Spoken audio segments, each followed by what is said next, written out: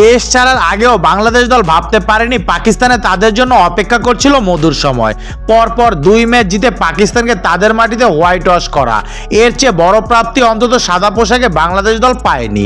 পাকিস্তান এখন আর বাংলাদেশের কাছে রূপকথা নয়। ঐতিহাসিক সিরিজ জিতে বাংলাদেশের ক্রিকেটাররা দেশে ফিরেছেন বুধবার রাতে। পুরো দল একসঙ্গে আসেনি, 2 ভাগে আসা দলের আরেক অংশ আসে দিনগত রাতে। তবে 2টি ফ্লাইটের কোনটিতেই ছিলেন না সাকিব আল হাসান। নন্দিত এই ক্রিকেটার সাম্প্রতিক রাজনৈতিক ইস্যুতে প্রবলভাবে নিন্দিত। ইতিমধ্যে মামলা হয়েছে তার বিরুদ্ধে। পাকিস্তান সিরিজেও তিনি দলের সঙ্গে যোগ দিয়েছে যুক্তরাষ্ট্র থেকে। এই সিরিজ শেষে তিনি ফের যুক্তরাষ্ট্রে পাড়ি দিয়েছেন। কোনো সূত্র বলছে তিনি ইংল্যান্ডে যাবেন, সেখানে সারের হয়ে আগামী 9 সেপ্টেম্বর একটি কাউন্টি ম্যাচ খেলবেন। পাকিস্তান ছাড়ার আগে সতীর্থ শরীফুল ইসলামের সঙ্গে আলাপ হয় সাকিবের।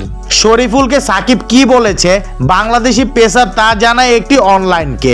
শরীফুল বলেন, সাকিব ভাই আমাকে বলেছেন ভারত সিরিজে দেখা হবে, এই বলে তিনি কাউন্টি খেলতে চলে গেছেন আর আমরা দেশে ফিরেছি। অনলাইনকে দেয়া সাক্ষাৎকারে সাকিবের মানসিকতার প্রশংসা করেন শরীফুল। তিনি জানান চলমান পরিস্থিতির প্রভাব সাকিবের ওপর পড়লেও মাঠে মানসিকভাবে বেশ শক্ত থাকেন।